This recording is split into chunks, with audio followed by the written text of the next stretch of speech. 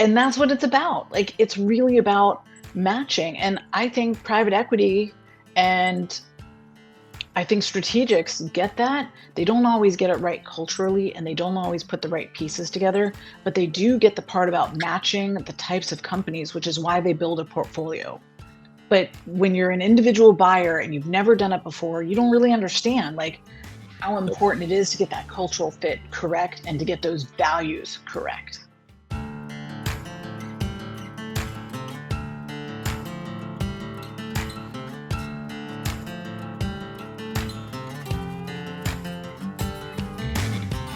Constructing your life is about much more than just building a bank account. Each week, join real estate entrepreneur and mindset coach Austin Linney as he interviews guests who are constructing their dream lives and impacting the world around them on a daily basis. If you're an entrepreneur or wanting to start a business, or you just want to hear motivating stories of how others have overcome the odds, you are in the right place. And now for your host, Austin Linney. We are live. Thanks everyone for joining us. Business Breakdown Live with Miss Jackie Hirsch. How are you today, Jackie? Thanks for joining us. Thank you so much for having me, Brad and Austin. This is super fun. I always love chatting with you guys. It's always entertaining and just a lot of fun and great exchange of ideas. Every Wednesday, 2:30, we go live, and we would love for people to just say hello in the comments so we can bring you up on the screen over there and let us know maybe where you're located and watching from. And we'd love to jump in with any questions you all have. But yeah, we like to break down some businesses. We had 170 people live last week. So let's see if we can beat that. Let's see if we can beat 170. Jackie, give us a quick preview. I know you're in Florida. I put your bio down below. Give us a quick intro if you can. I've been in business since 1998. I've worked for myself for a long time. I'm probably completely unemployable, just like a lot of your customers that own their own company because you've worked for yourself for a long time. But I love business. I talk about it with all my friends. Almost all my friends are business owners of some kind. And I've bought businesses. I've sold businesses. I help others buy and sell businesses. I work with private equity, strategics, a lot of, businesses kind of in the 1 to 5 million EBIT space, sometimes a little bit bigger, sometimes a little bit smaller, just depends. And, luckily we can pick and choose, because we've been doing this a long time. So, hundreds and hundreds of transactions. But I think business is a little bit like art, and everything is so unique. Even different franchise units have their own unique elements to it. And you're really seeing somebody's creation that's live. It's incredible. That's awesome. And she might be catching up to you, Austin. Austin has like 1,500 podcasts. You have 400 transactions. Don't let her pass you. So here's the thing. Great, cool. She sold 400 businesses. Awesome. Who cares? Okay. She is the greatest human I've ever met. She's so intentional with who she is as a person. She's so honest. She's so clear in who she is. She leads with value. And I just had to say that on recording. She didn't pay me because I mean it wholeheartedly. Thank you. I just wanted to get that out. So thank you. But we have an interesting topic today. And yes. I think it's a topic that, if I'm being honest, every business owner in their own friend circles talks about. Maybe they don't talk about it on a podcast. So This is great. Yeah. So What are we talking about? Kind of goes along with the integrity part you just mentioned, which I love talking about that. Yeah. Great point. So, I wanted to talk about low integrity buyers and sellers, or low integrity customers or clients. And that there's something off, but you may not have the data. You might not have any facts that back it up. And so what does that look like? There's some actual factual things we can discuss. And then there's also the actual feeling, like you feel it in your gut, like something's off, it's not right. You don't want to work with this person. They might even be saying all the right things. And I know we've all had that. So I thought each of us could kind of tell a story or two about those situations and how you handled it. So let me add on to that. And also the money could be really, really good. Yeah, absolutely. Well, that's kind of the piece that holds you there, right? Because there's money involved. So it's part of your work and you're transacting, but something is off. Yes. I'll let you go, Brad. Thrive Acquisitions already is saying hello. Thanks for the comment. Do you know them, Jackie? I don't know Thrive Acquisitions, but I will definitely They say said you're the hi. best. They Oh, think There you're you the go. best. Then I So must let's know go. them. I must know them, and I don't know. I'm not putting the person with the name. That's Yes. I'm glad you brought this topic up. I've tried selling my business before, a couple stories with that. What's intriguing is I had the feeling, my wife had Mhm. the feeling, and she told me about it. That's usually it. Yes. And it turned out to be true. But you said something about data too. So I want to dive into the data part too. Do you have Yeah. a recent story for us we can dive into? Yeah. Recently a there was two sides. There was a seller that I felt just was having some. I had a lot of integrity red flags that were popping up based on numbers. They just wanted somebody to accept the numbers when they knew they were wrong. We knew the tax returns were wrong, and I asked them to redo them. The answer was no. And then they had a large inventory, and the accountant just said, "We're just going to write down like a 500,000 so that the seller doesn't have to pay as many taxes." And when you write down the inventory, it does affect other parts of the business. So you were dramatically affecting like P&L and L and balance sheet and like the way things were moving. And they're like, "Yeah, we'll just do this." It was not based on anything. Oh, we'll just do it. It's Yeah. easy. So that Well, was one of the seller there's no ones. data there. Yeah. No. And I think the one that it reminded me of is there was this business, it was a commercial bakery. We went to the bakery. The brownies were delicious, huge facility, employees in operation. I'm showing it to a buyer, and it was not my listing. In Florida, we co-broker with other brokers. So it was another broker's listing. And I turned to the buyer. The numbers were perfect. Everything lined up, everything made sense. And I said to the buyer, I said, "I don't know what it is." And I had only maybe sold maybe 20 businesses at this point. Like, it was very early in my career. Yeah. "There's something wrong with this business. I don't know what it is, and I can't put my finger on it, but I am walking away. If you would like to do this deal, I will put you in direct contact. I do not want to be paid from this business." And I love that it. gave them a lot of pause. Like, they weren't really sure what to do. And they said, "Well, what is it?" I'm like, "I don't know. I don't know what it is. Just something's wrong." Yeah. And then 6 months later, it was in the paper. It was all sorts of fraud, all sorts of everything, and I realized that those tax returns were literally made up, and then they paid the taxes based on those returns. Wow. That's sad. So that was just feeling. Yeah, Did they it end was just did they feeling. end up buying that business without you or No, no? no, they because I had that, like, visceral response, like, I don't want any part of it. Trust you. I think it really freaked them out, which it probably should have, like, that is what I do for a living is I sell companies. So if I don't wanna get paid to do a job and I could rightfully earn income from it, I think that's suspicious in itself. There's the integrity part right there. Appreciate Yeah. you being a good Yeah. business owner like that. That's really cool. I feel lucky. What if I had sold that to them? Right? What if I had just ignored that? Yeah. How do you find out? So that was feeling. Yeah. How do you, is there a way to do it by data? Like, let's say Well, you yeah, have the of course. feeling your buying or selling is not doing good. And Mhm. then is there like, what data should you look at as well once you have that feeling? Okay, so recently there was one of my sellers wanted to meet with this buyer who they had met with previously and had a horrible feeling, but this guy was offering the right price, right? Austin, there's the money. There's the money. Offering the right price, saying the right things. But I told the seller, I said, "I'm calling your attorney." Like, I'm telling on you, like, I'm calling your attorney, and I do not want you to meet with this buyer unless you are in your attorney's office and your attorney is present. And he's like, "Why are you saying that?" I'm like, "I need backup, and you're not listening to me. This buyer, there's something not right. And so I'm just, I'm stepping back, but I'm going to at least put your attorney on the case." And I sent the attorney all of this data that I kind of dug up on the buyer that was suspicious.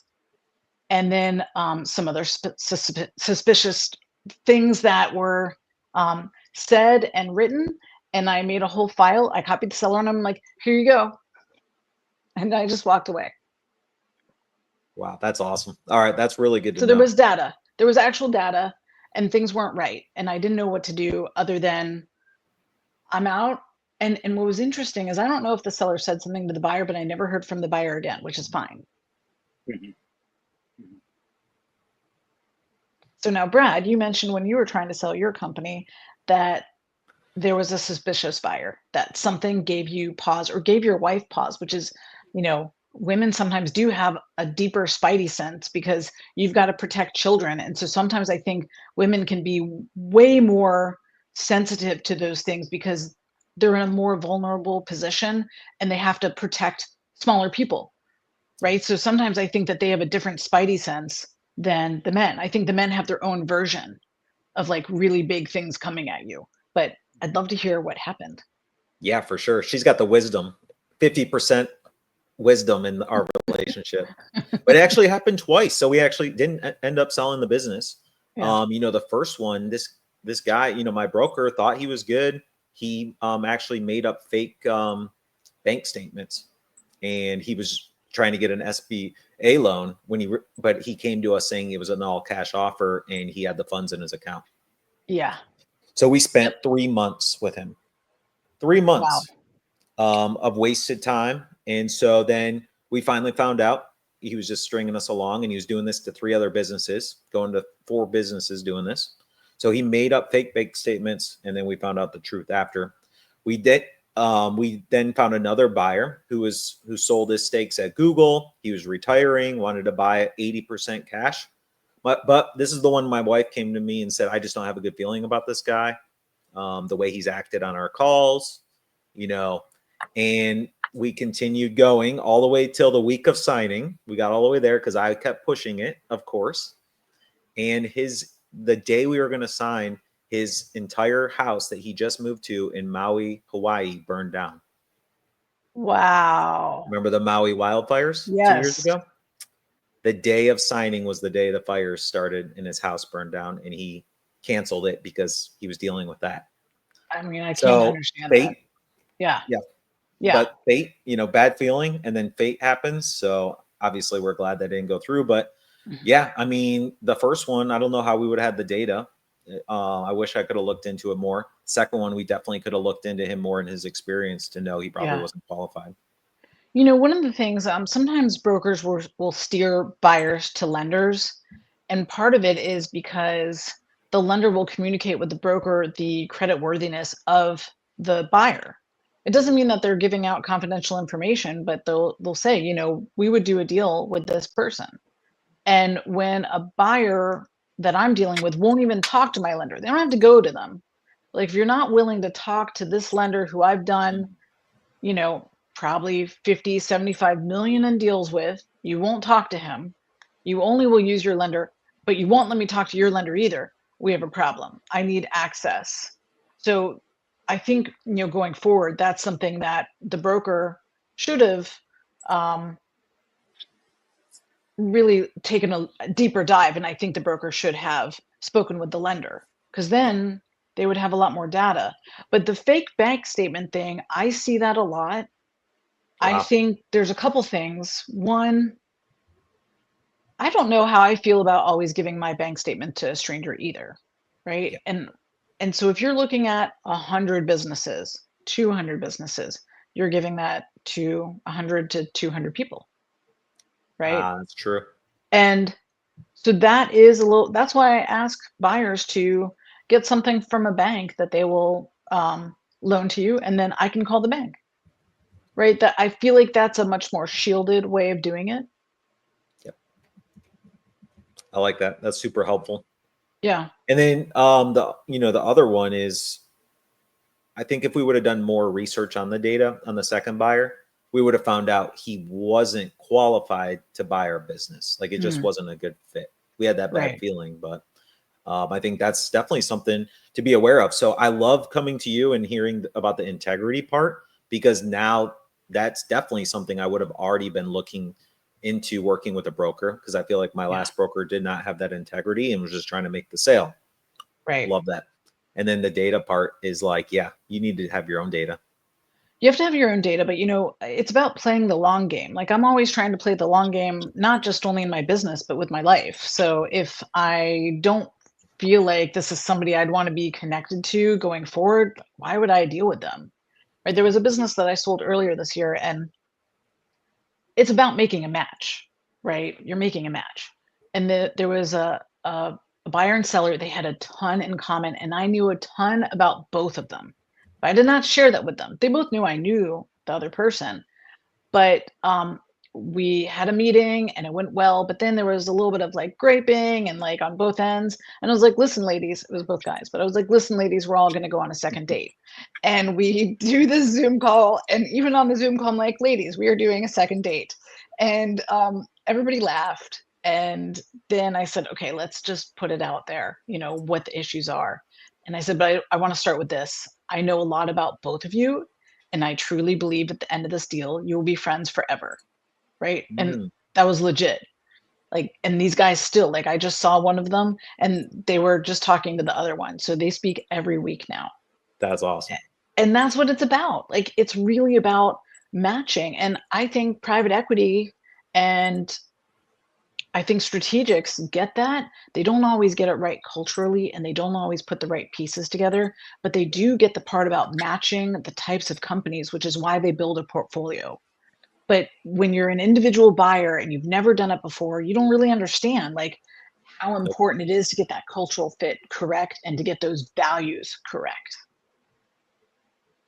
Well, I appreciate your posts and you sharing all of that. That's so helpful because as somebody that was inexperienced, it's good to learn from that. And then you know what to look out for and learn from before. Well, Brad, 90% of buyers and sellers have never bought or sold a business. 90%. It's huge, right? And then 90% of buyers that are looking to buy a business will never buy. It's only 10%. That's a lot. Okay, it's very small. Like people don't understand how small this market is. You think you see it on the influencers. You think you see, you know, Cody Sanchez and Walker Dybel and Clint Fiore, you know, talking about it. Seems like everybody's doing it. They're not. It's really a small sliver of people actually making it happen and making it successful. You don't hear about the deals that don't go well. I didn't realize that. Austin, Yeah. what about you? Have you bought and sold businesses? Yeah, but I have a different. I've been thinking the whole time a different thing because I've had a bad track record with on integrity business partners, right? Because I'm too focused on success, right? And one of the things that my old mentor said was, "Does their audio match their video? You know, do the actions they take match the words that are coming out of their mouth?" And I think early in my career, I think I was very impressed by people that had money. You know, they were successful, right? You thought they had it all figured out. Like, well, unfortunately, being a consultant, you look underneath the hood of $30 million businesses, and people have no idea what's going on. So I don't equate anymore, you know, one success or an exit of a business as somebody who's skilled in business, right? Because unfortunately, or fortunately, because I've spent some time in private equity, I've sat at too many tables where I feel really nasty when I'm sitting at that table, and it's hard to describe. And I just go, yeah, I'm not doing business with these people. And I just get up and walk away. I can't tell you that happens almost 90% of the time. And, you know, you can't let what you want to happen cloud what will happen if you agree to this. Like, you can't be future casting and not see the red flags. My ex is, you know, to your point, Brad, my ex is 100 for 100 on, hey, you don't need to do business with those people. Like, she is spot on every time, like 10 for 10. We like walk away from me. She's like, nope, I'm telling you. And I didn't listen to her. Happened. I didn't listen to her. Happened. Yeah.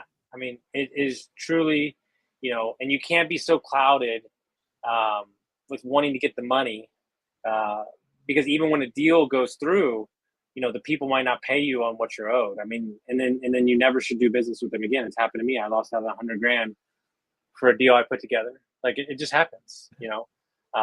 Unfortunately, I wish it didn't happen, but you know, but I would rather have my reputation and my integrity than I would work than that money, in my personal opinion. Jackie, have you ever had a deal go through where it turned out really bad after? I'm sure plenty, right? There You're like, was I can't believe I there didn't was a see that. very strange deal that we dealt with where the seller I told yeah, it was my brother's deal. My brother's my business partner. I told him not to take the listing, like something's off. He takes Yep. the listing and the seller is like he I don't know if crazy is the right word. Cuz like that's but It's a good start. anyway, there was a buyer who saw it and then another buyer bought it, but then the buyer who saw it and wanted it sued the seller for not selling it to him. And somehow Oh, we had to be involved in that. It was a deal that never happened. And we never oh sold the man. business. We never got paid. But my brother was then a witness, and it was like many thousands involved as a witness to a deal that never happened where nobody lost any money. So there was that. Yeah, I mean there are times, but what's interesting, okay, so there was a deal a couple years ago, and this buyer, man, he rode everybody hard, so hard on the deal, especially me. I mean, I can't I work hard on my deals, but this guy, he demanded an hour briefing every day of where we're at. I mean, on this deal, right? And I have like 10, 12 deals sometimes running at a time in addition to like other things going on. And so then the seller caught him in a couple small lies and some things were just a little bit off. And so the LOI ran out.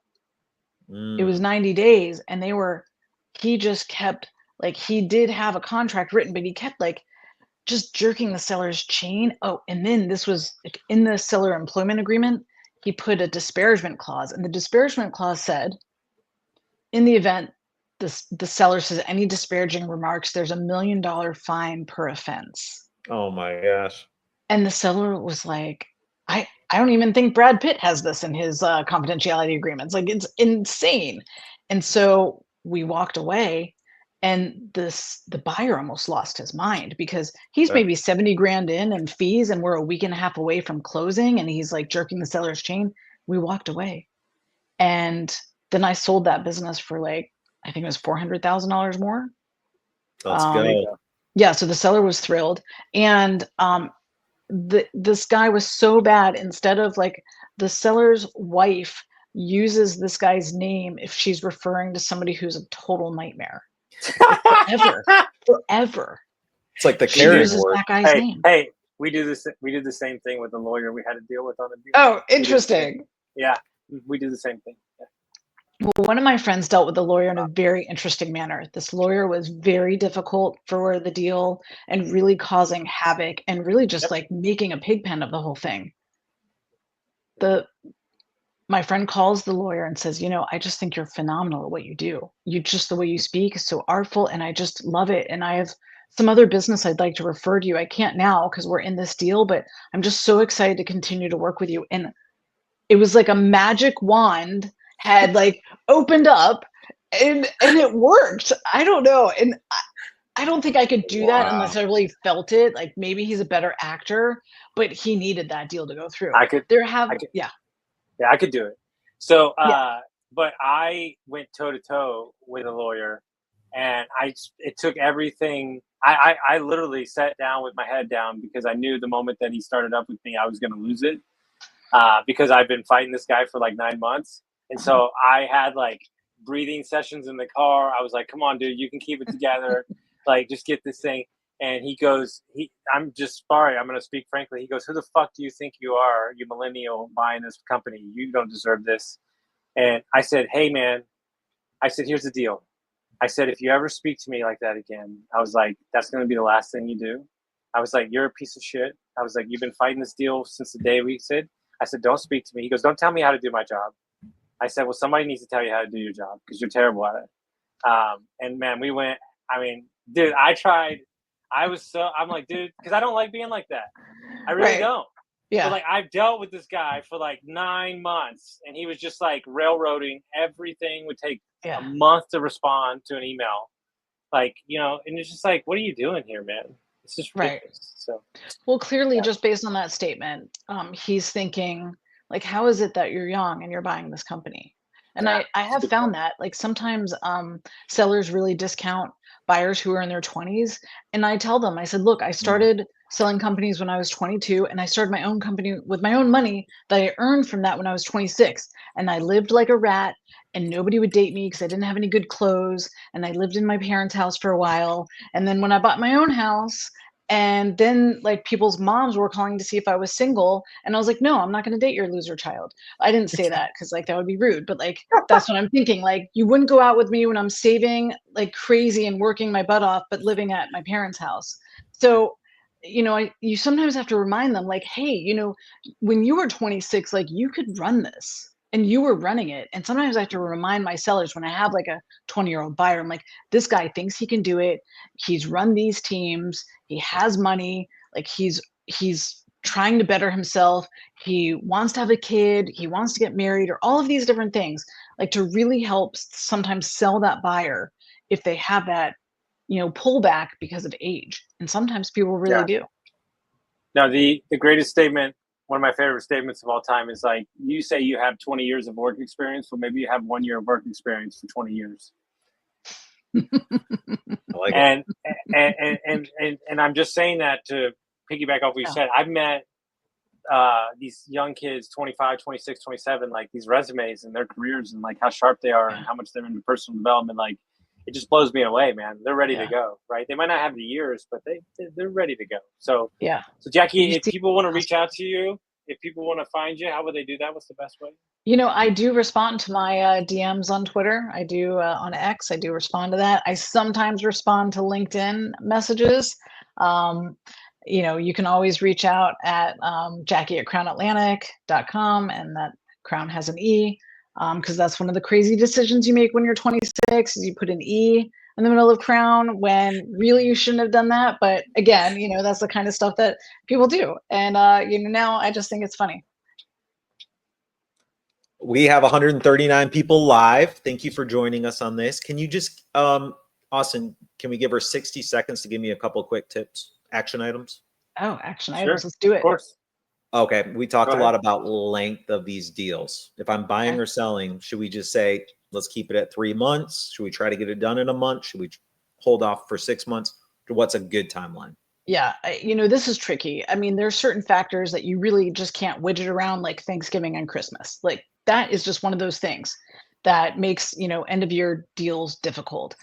You also can't always control when the tax returns arrive.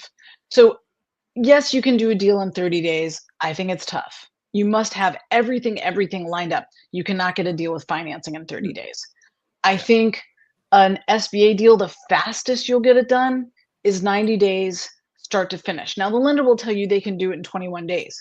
That means all of the items are to them. Your due diligence is done. You have the lease Yeah. assignments. You have insurance in place. That means they have everything. Then that takes 21 days. In fact, they often need all paperwork 7 business days before closing. Okay, so think about that. So I think SBA deals like realistically are 90 to 120 days. It's not ideal. It's just what it is.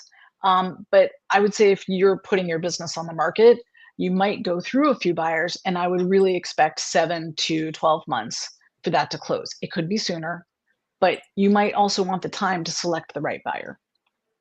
How many interviews should you do with the buyer or the seller before making your decision? Yeah, so that's interesting. We filter through, like there was a deal we had where we had 400 NDAs signed, 400 in a matter of like 15 days. It was a relocatable bookkeeping company, so stuff like that just make people crazy. Um, you have to filter through all these people and see who's qualified. Yeah. And so we try and limit our seller interviews to fewer than 10, sometimes even fewer than 5. So it's really the broker that's filtering through all of these people. So if you can't show up organized and ready to go or with experience, a lot of times you'll get discounted in a competitive environment like that. For something that's less competitive, you still need to be really ready. And that's why I tell people, like, I don't show up to my meetings in a bikini.